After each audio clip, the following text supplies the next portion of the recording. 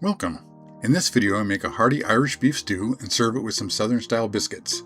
The stew is made with large chunks of beef chuck roast, onions, potatoes, and carrots, with the star ingredient, some nice dark creamy Guinness Extra Stout for that Irish flair. Doesn't that look tasty? I know it's summertime, but I just felt like some nice beef stew today. Okay, so I'll get started here. Got a nice big chuck roast, 2.5 pounds. Now we bought this as part of a large family pack, so when we froze it with a chunk of the label in there so we'd know what it was. So this is pretty lean, not a lot of fat and not a lot of marbling in this, but it'll work good because we're cooking it in the pressure cooker today, so that'll make it nice and tender. So all I'm going to do is just chop this up into large chunks.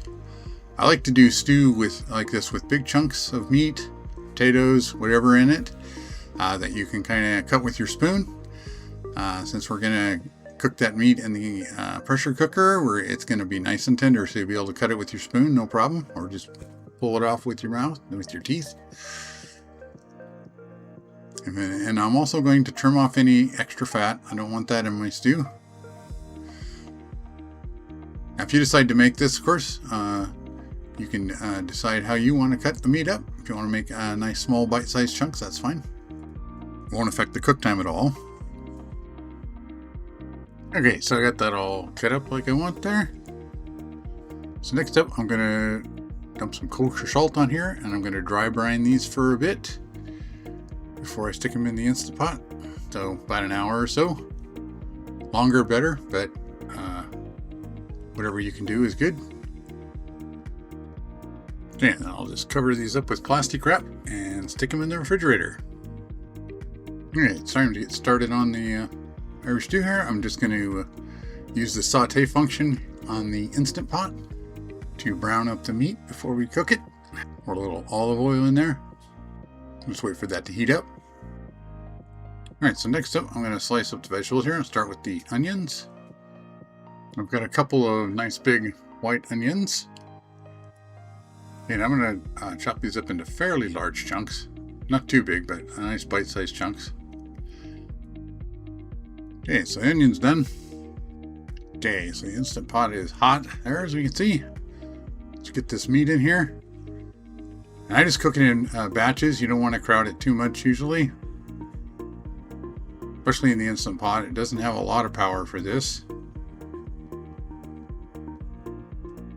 If you crowd it too much, you'll just end up kind of steaming it. Unless you cook it a long time till all the water's gone and everything. But anyway, we just get it in there, and all we want to do is brown this up. We don't need to cook it actually. Next, got some carrots. I'm just going to use baby carrots. That was easy. Right now the recipe calls for bacon. I'm using this is bacon, but it's my homemade buckboard bacon, which I cure and smoke. It's made from pork butt, so this will add a nice smoky flavor. What I've got here are the ends when I'm slicing it, that I cut off, so they're just like extra scraps there. And if you're using bacon, that's a good thing to buy. Is they sell these like bags full of the scraps. They're quite a bit cheaper than the bacon slices. So for something like this, you don't really need slices. So okay, let's check on our meat here. Starting to brown up pretty nice there. It's unstuck itself from the bottom pretty much. Okay, so I got my potatoes here. These are Yukon Gold. And I'm just going to wash these up a little bit and trim off any bad spots, and then slice them up. I'm going to cut them up into pretty big chunks. Any kind of potatoes will work good. I think the Yukon Gold or the red potatoes work best for this. Anything you cook a long time and you don't want it to, kind of turn to mush. The russets kind of turn to mush, but they'd work too, especially if you leave the skin on. That would help. But and in the Instant Pot, it's better, I think, to use these because we're going to be cooking it for quite a while to tenderize that meat. So, okay, let's check on our chuck roast here. That's looking pretty good. And take that out. Browned up pretty nice.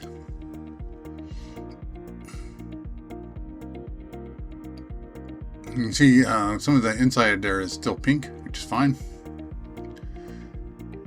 Because we're going to cook the crap out of it in the Instant Pot here.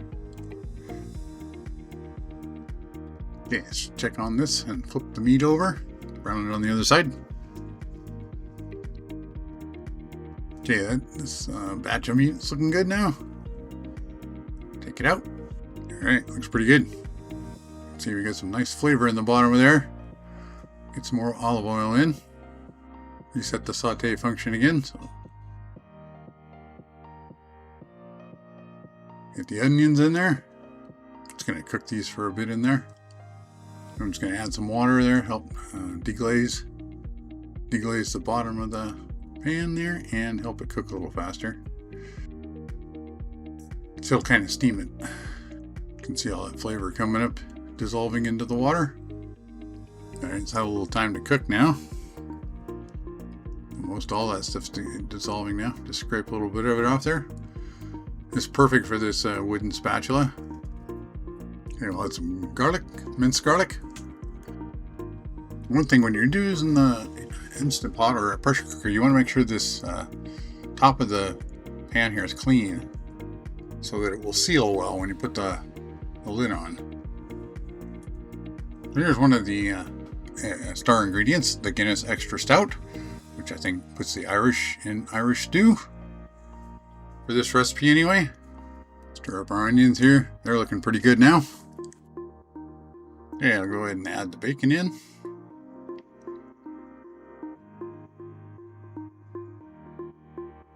And if you're using raw bacon, then you do probably want to cook this down a bit, maybe. Depends on how crispy you like your bacon. With the raw bacon, you might want to start it before the onions and crisp it up and then dump the onions in. This buckboard bacon is basically cooked already. When I smoke it, it's cooked. So, okay, I'm going to go ahead and chop these potatoes up now. Like I said, I like to do, in this stew, I like to do these big chunks. Instead of small bites, I like to do big chunks. So some of them you might need to cut with your spoon or bite off, you know. I just love that and the texture in there and everything. Love the nice big chunks of stuff in there and then the nice thick sauce or gravy. That's definitely what makes it a stew for me.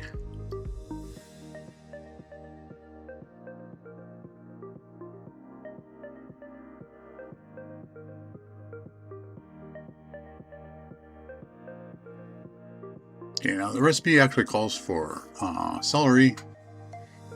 I don't have any celery today. I do have this pepper that's getting old, so I'm going to throw that in there. And then to replace the celery, I'm just going to use some celery seed. Normally the celery, it adds some good flavor, but it's also a good filler for your stew. So, okay, I think those onions are done enough.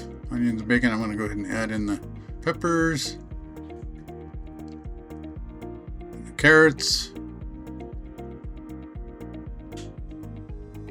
potatoes. Give this a bit of a mix here. Okay, going with some beef broth. This is 2 cups of unsalted beef broth. It's actually the Swanson. And then the Guinness. Get the Guinness in there. And that's going to be it for the liquid we add here. Now, if you don't want the alcohol, of course, you don't have to use the Guinness. You can just use more beef broth. Or alternatively, they have the non-alcohol Guinness that you can get as well. Look at that nice foam there. And you see that a big chunk of it is it's frozen broth. Because that's actually from a quart box that we used only half of. Regular table salt here, just non-iodized though. Coarse ground black pepper, dried thyme,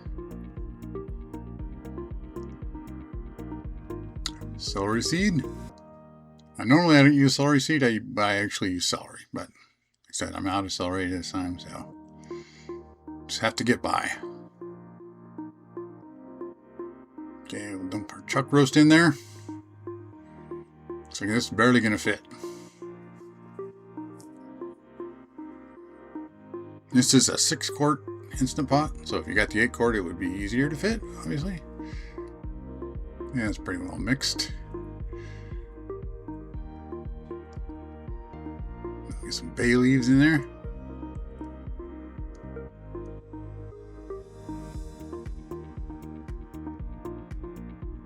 Of course, you want to fish out at the end, if you can find them.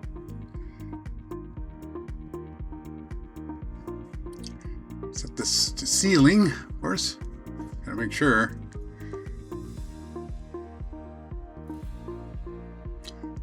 This Instant Pot's a little new to me, so this one says lid when you put it on. I guess it wants you to know.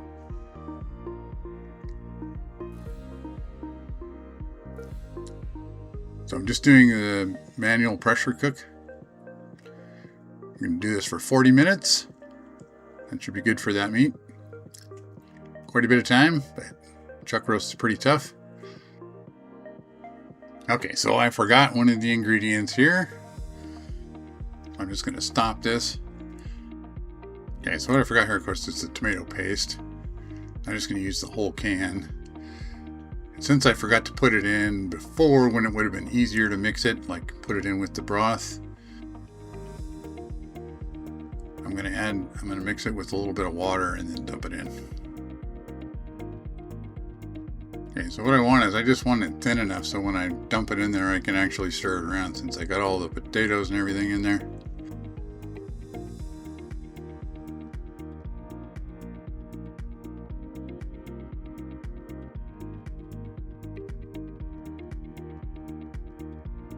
Again, make sure you clean that lid off so it'll seal properly. Clean the edge of the pot, I mean. Alright, set it to seal again. And it remembers the time, actually. Okay, there it goes. Okay, so I am cheating here on the biscuits. I was going to make some Irish soy bread, but I got lazy. So we got these frozen biscuits. And these are actually pretty good. I think I like them a lot better than the canned ones. But they take longer to bake. They're a little more time, but they turn out more like real biscuits. I'm just going to bake these in the toaster oven here, which I've got preheated. I'm just cooking them to the package directions.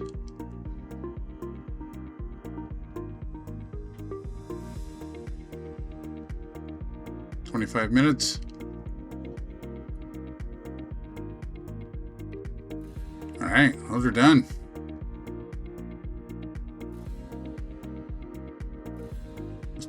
They're nice and toasty hot. Just put them in a bowl with the towel, keep them warm. And with the towel this way, it doesn't trap the moisture in so they don't get soggy or something.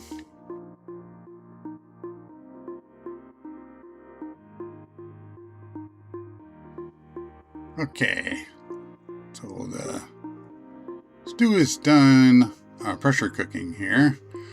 I let it set for about 5 minutes, but I want to get this out, so it'd probably be better to let it sit longer. Just go ahead and release the steam here. Okay, I think the steam's out now, and if you're paying attention, you'll notice it took like 5 minutes. Steam to release, 4 minutes, 5. Alright, look at that. Lovely. Check and make sure everything's tender, which I'm sure it is. It's 40 minutes in there. Okay, so the meat's pretty tender, but not quite falling apart. So, just the way I like it. You can pull it apart, but it doesn't just, it's not just falling apart. Not like pulled beef or something. Okay, so now, like I said, I like my stew thick. So I'm going to mix up a slurry here of just regular all-purpose flour and some water. And then we'll stir that in and thicken it up. And how thick you make it is just, of course, your personal preference. It's definitely a good idea, though, to make the slurry and dump that in, not just dump flour, and because that will be clumpy.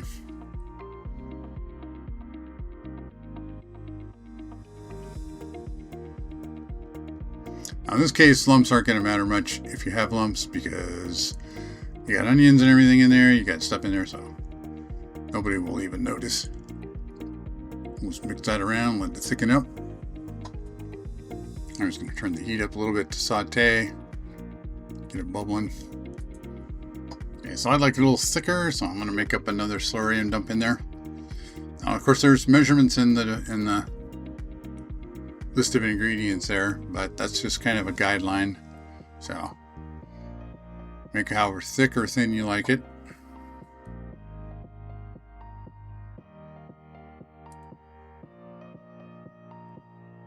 Okay, it's like a lava pit in there, blup, blup, blup, or a mud pot, I guess. That looks pretty good, nice and thick.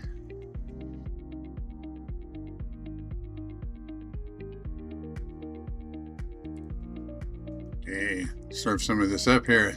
Some of this nice, thick, creamy stew. Nice chunks of vegetables and meat in there. Grab me some biscuits. Butter these up.